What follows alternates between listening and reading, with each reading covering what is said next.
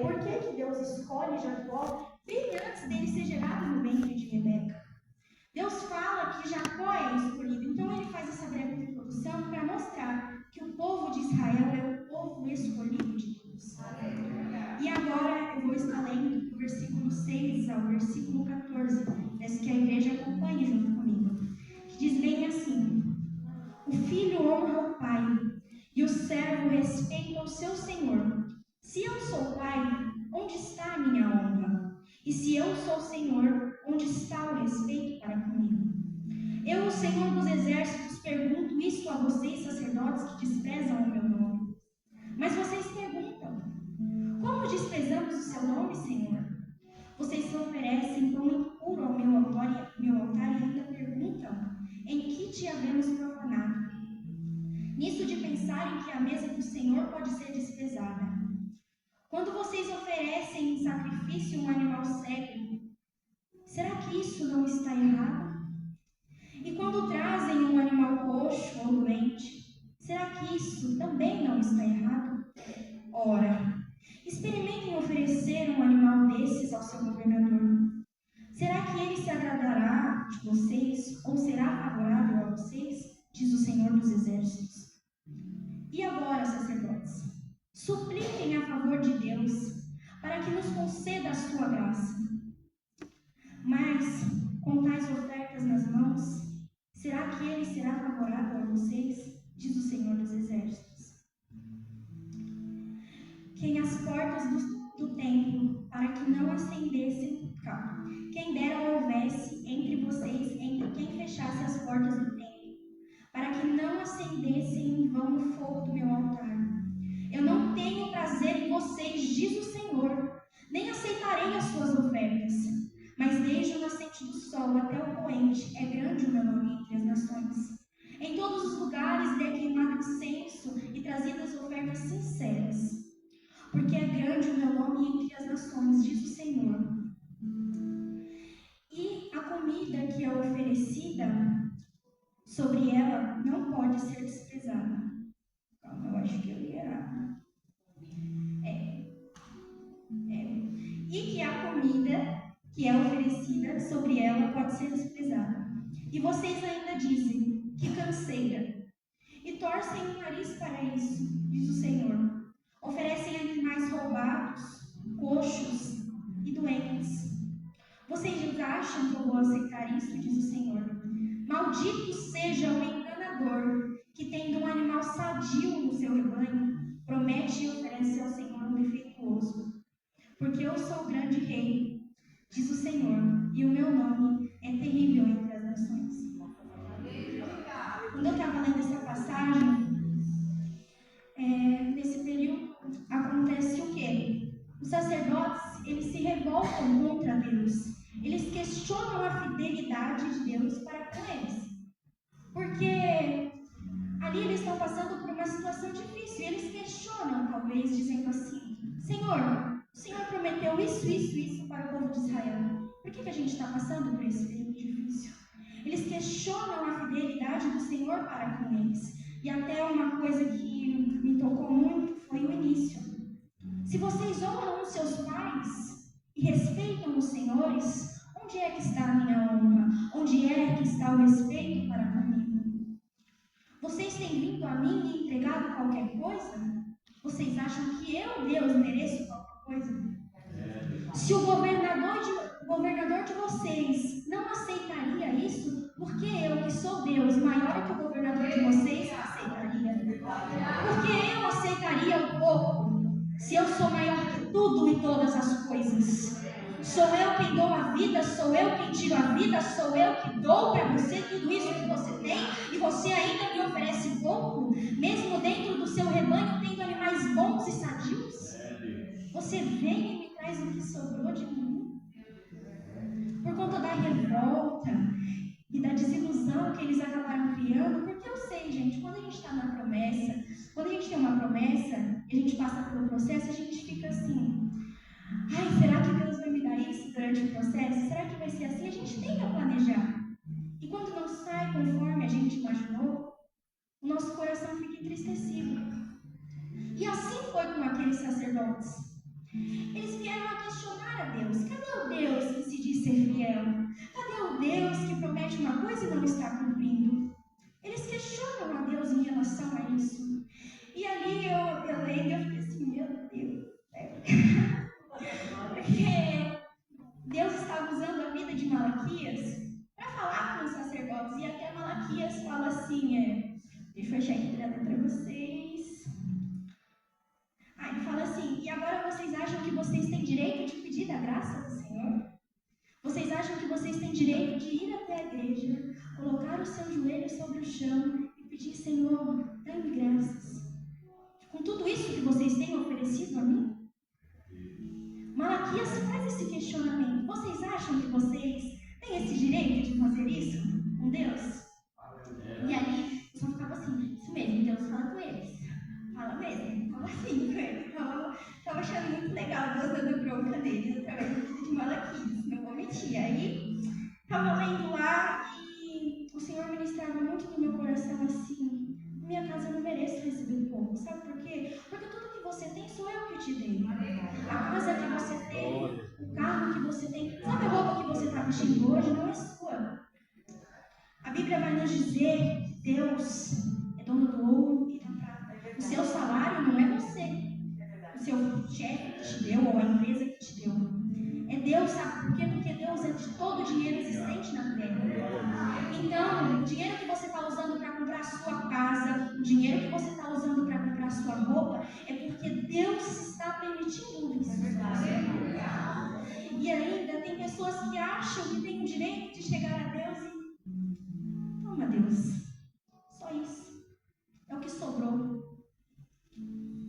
Deus disse, eu sou grande, eu sou maior que tudo.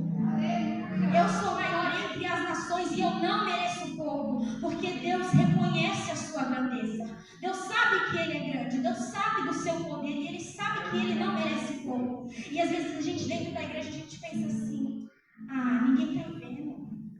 Ninguém está vendo como está sendo a minha adoração, porque a adoração vem do meu íntimo, ninguém sabe como que eu estou. Ninguém sabe como que eu sou lá fora, mas é ninguém físico, porque Deus ele tem visto como tem sido a sua adoração, Ele tem visto como tem sido a sua entrega.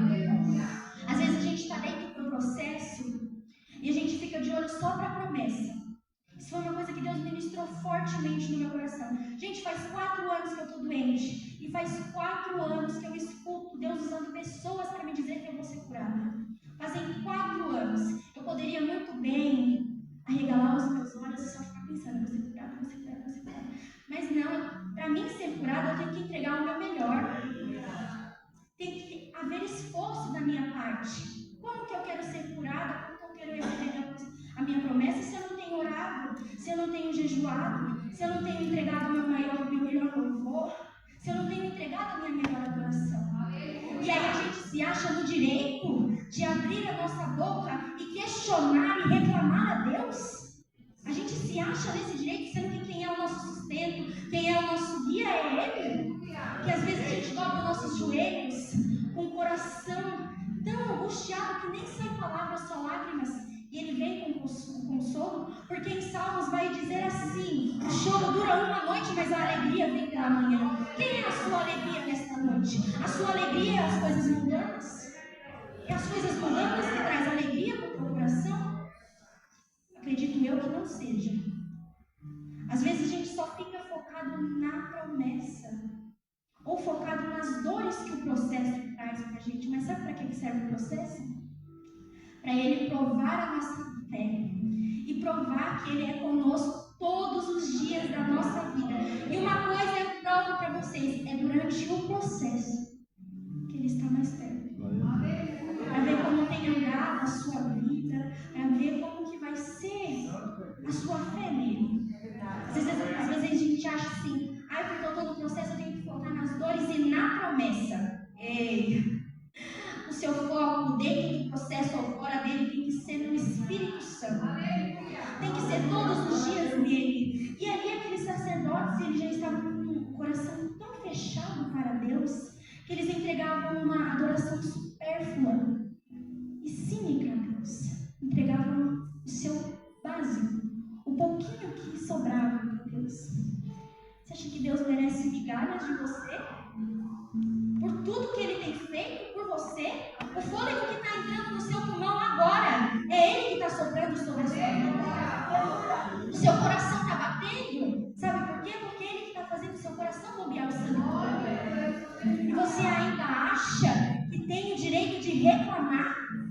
de abrir a sua boca e questionar. Eu sei que durante o processo a gente questiona o porquê. Porque a gente é ser humano, a gente é carne, não tem como. Ali na consagração, a Dani pregou do porquê. A gente não devia questionar a Deus, porque Deus está no controle de tudo. A gente não devia deixar o nosso coração daquela balanceada, porque Deus está no controle. Mas a gente pergunta o porquê. E aí eu respondi ela, sabe qual é a resposta dos teus porquês durante o processo? Em Coríntios, acho que é 2 Coríntios, vai dizer assim, Paulo vai dizer, Jesus vai dizer para Paulo bem assim: a minha graça te basta, e o meu poder se aperfeiçoa na sua fraqueza. Eu imagino que Paulo, essa é uma passagem de Paulo que eu acho muito bonita, do espinho na carne dele. Eu imagino que ele estava naquele processo perguntando assim: Deus, por que eu tenho que passar por isso? O Senhor não vê que está doendo? O Senhor não vê que está me machucando? Ele se questiona o porquê dele estar passando por aquilo. Tenho certeza que ele se questionou. Então o Senhor veio e disse: a minha graça te basta, e o meu poder se aperfeiçoa na sua fraqueza. No capítulo 2, o versículo 2 diz assim: se não ouvirem e não se importarem com a necessidade de honrar o meu nome, diz o Senhor dos Exércitos, enviarei sobre vocês a maldição e amaldiçoarei as suas bênçãos. Aliás, já as amaldiçoei, porque vocês não se importaram com a honra devida ao meu nome. Eles estavam pensando nas bênçãos, aqueles sacerdotes, no que Deus ia dar, e questionando o porquê daquele sofrimento, e desonram e desrespeitam o nome do Senhor. E o Senhor bem diz: por conta da falta de respeito para comigo e por conta da desonra comigo, eu amaldiçoo a bênção de vocês. Imagina Deus chegar para você e falar assim: olha, fulano, sabe aquilo que você queria? Vai ter que ser para depois. Vai ter que ser para depois, depois e depois. Teve uma vez que eu preguei na minha antiga igreja, eu falei assim: sabe quando a gente está andando normalmente no shopping? Bem assim, normal. E aí tem uma pessoa andando bem devagar. E aí você tem que fazer assim, passa na frente da pessoa. Enquanto seus olhos estiverem fechados para os problemas e para a promessa, Deus vai fazendo assim. Não que Deus esqueça de você, porque Deus não esquece de ninguém. Ele só adianta o processo na vida das outras pessoas, porque você está cego. Você está preocupado com o que vai acontecer. Você está preocupado com o que Deus vai te dar. E por que você está sentindo dor? Mas o Espírito Santo manda te dizer nessa noite, não é para você se preocupar com isso. Se preocupe comigo, porque eu estou no controle de tudo e toda situação. É durante o processo que eu te faço forte. Ah, mas no meu emprego está desse jeito, na minha casa. Ei, eu estou no controle de tudo. Eu costumo falar sobre durante o meu processo inteiro. Deus não dá nada maior do que a gente não possa suportar. Quantas foram as vezes que enquanto os meus pais e minha irmã estavam dormindo, eu pegava o travesseiro, colocava na minha boca para que ninguém ouvisse o meu choro, os meus gemidos de pranto. Falava: Senhor, eu não aguento mais isso. Não aguento mais essa dor, não aguento mais tudo isso que eu estou passando. Poderia olhar para Deus e questionar a Ele: gente, eu tenho um problema de saúde que luta todos os dias para me matar. Onde meu corpo tenta um próprio suicídio. Poderia olhar para Deus e falar assim: como que Deus cria uma doença dessas? Como que Deus permite eu, com 12 anos de idade, ficar doente? Poderia questionar a Deus. Gente, fazem 4 anos que eu só sei abrir a minha boca para agradecer. Sabe por quê? Porque não me faltou graça, não me faltou nada. Quando meus pais pensaram que não ia ter dinheiro para pagar os remédios caros, porque não é barato, o Espírito Santo vinha e dava o dinheiro. Quantas foram as vezes que eu clamava ao Senhor e falava assim: Senhor, tira a dor de mim, porque eu não aguento mais. Vezes que eu descia as escadas da minha casa sentada, de tanta dor nas minhas pernas. O Senhor vinha com as tuas mãos, colocava. Tem um remédio que eu tomo, inclusive sexta-feira eu vou tomar ele. Porque eu não tenho imunidade, eu tenho que tomar remédio para mim não ter imunidade.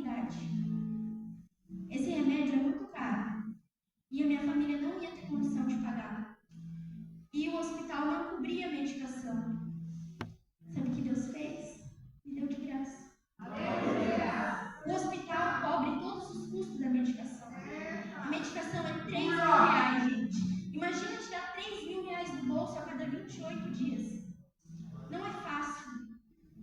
Então não tem como eu olhar para Deus e falar assim: Deus, o Senhor é ruim comigo, porque o Senhor me deu um problema de saúde. Não tem como eu olhar para Deus e questionar minhas dores. Sabe por quê? Porque o remédio de 3 mil reais que a minha família não tem condições de pagar, Ele me deu de graça. Onde muitas pessoas têm que pagar. Aleluia. E ali aqueles sacerdotes, eles estavam tão cegos, já estavam tão distantes dos pés do Senhor, que desonravam o nome dele, desrespeitavam a ele. Eu só ficava assim: gente, Deus é tão bom, por que isso, sabe? Deus é tão maravilhoso. E ali no versículo 11 até o 16, do capítulo 2, se a gente for parar para ler, Deus fala assim, que Judá tem sido infiel ao nome dele. Por que Judá tem sido infiel ao nome dele? Porque Judá se separou de sua mulher adoradora para ficar com uma mulher pagã, uma mulher que adorava outros deuses. Já pensou você deixar uma mulher que adorava a Deus, uma mulher que sempre estava ali temendo a Deus, entregando seu melhor louvor e adoração, para ir se casar com uma mulher pagã, uma mulher que adorava outros deuses que não era Deus?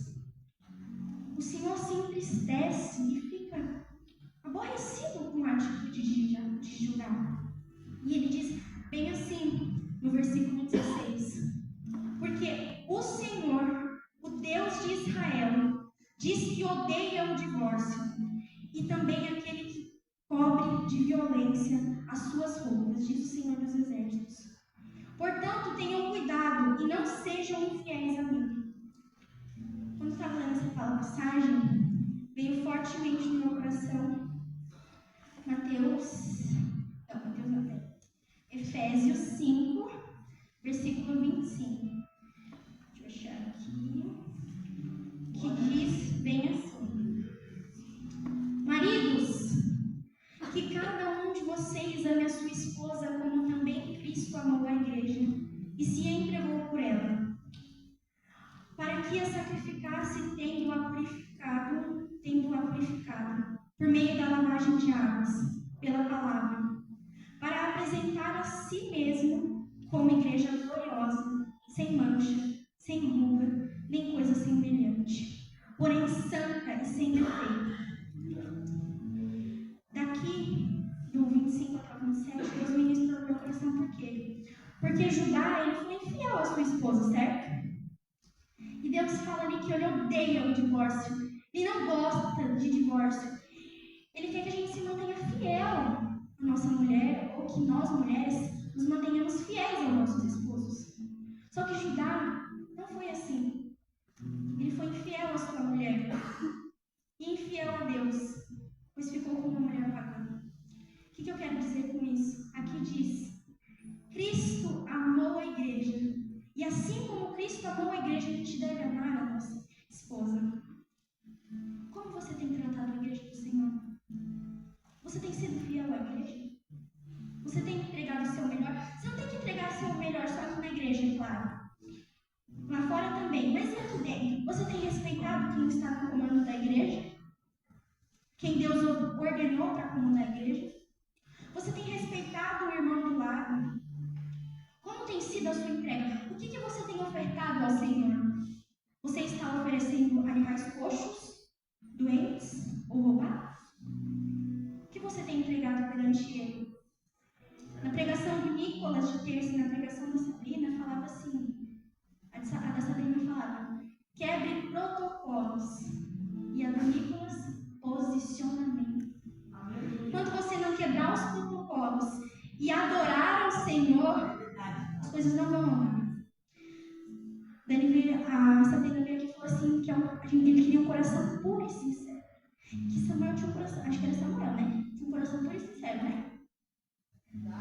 Davi, desculpa a igreja. Davi tinha um coração puro e sincero. Deus quer esse de você, um coração sincero. Um coração que não deixa aquela chama se apagar.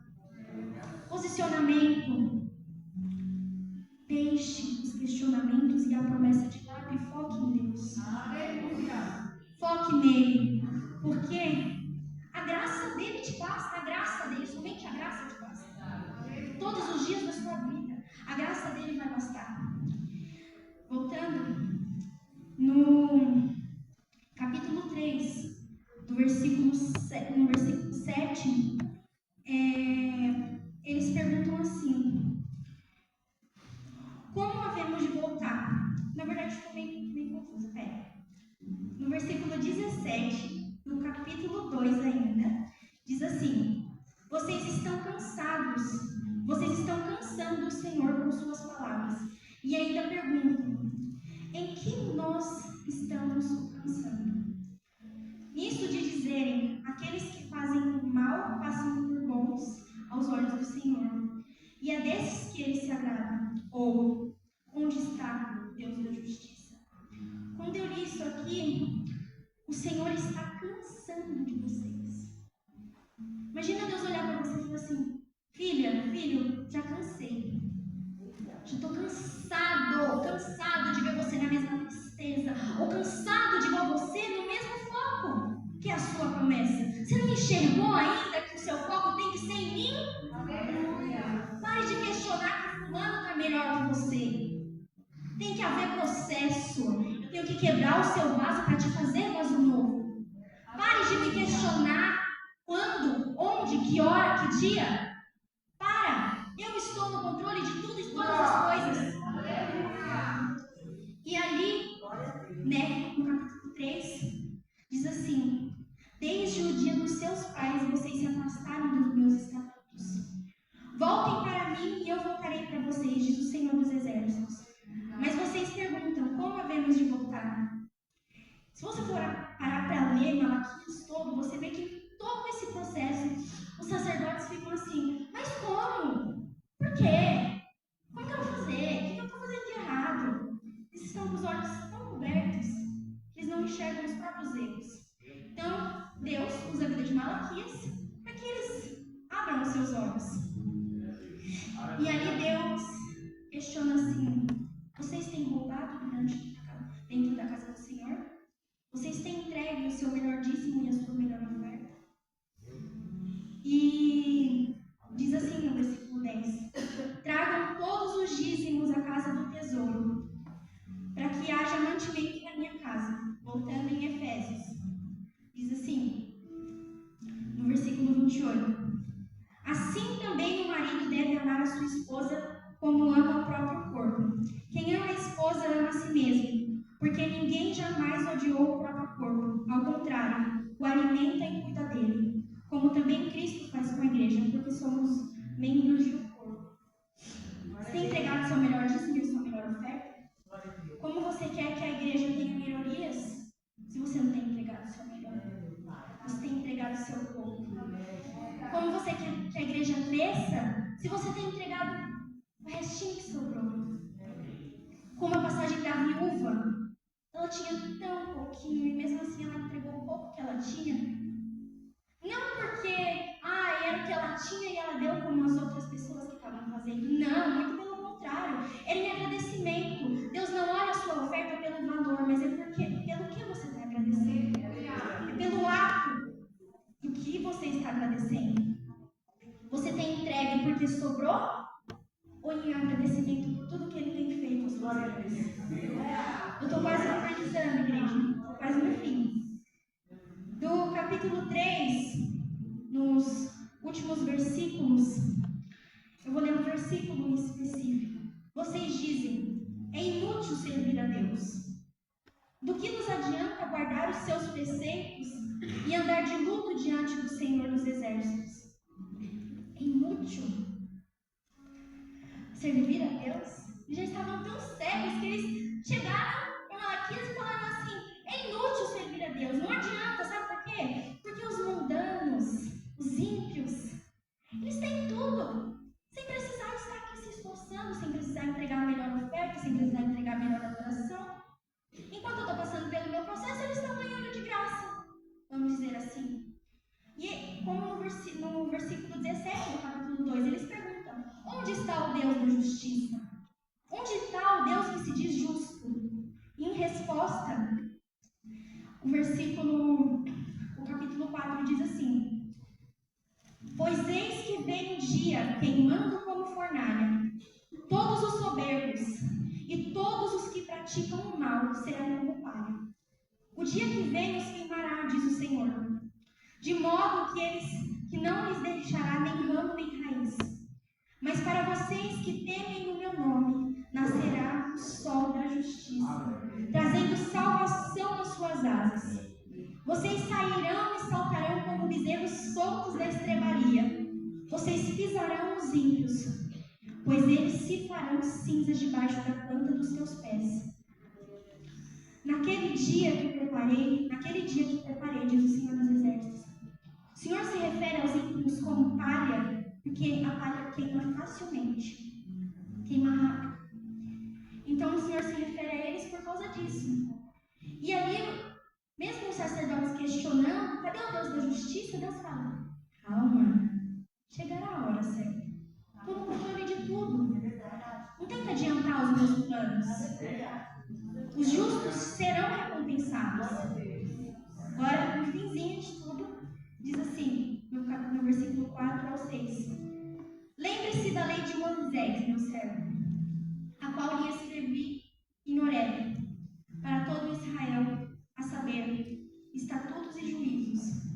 Sim, eis que eu lhe enviarei o profeta Elias, antes que venha o grande dia e terrível dia do Senhor. Ele converterá o coração dos pais aos filhos e o coração dos filhos aos pais, para que não venha e castigue com maldição.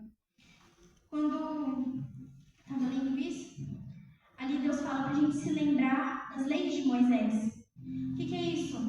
Honre seu pai e sua mãe.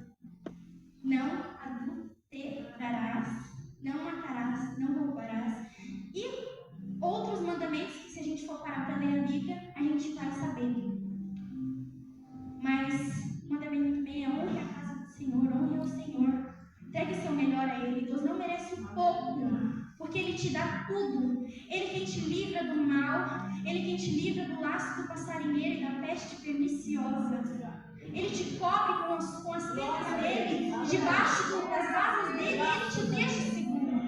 Ele te livra de tudo aquilo que não provém dele, tudo aquilo que o inimigo tem tentado colocar contra a sua vida. Amém. E ali ele fala que vai enviar o profeta Elias, mas é para preparar as pessoas, aquelas que estão perdidas.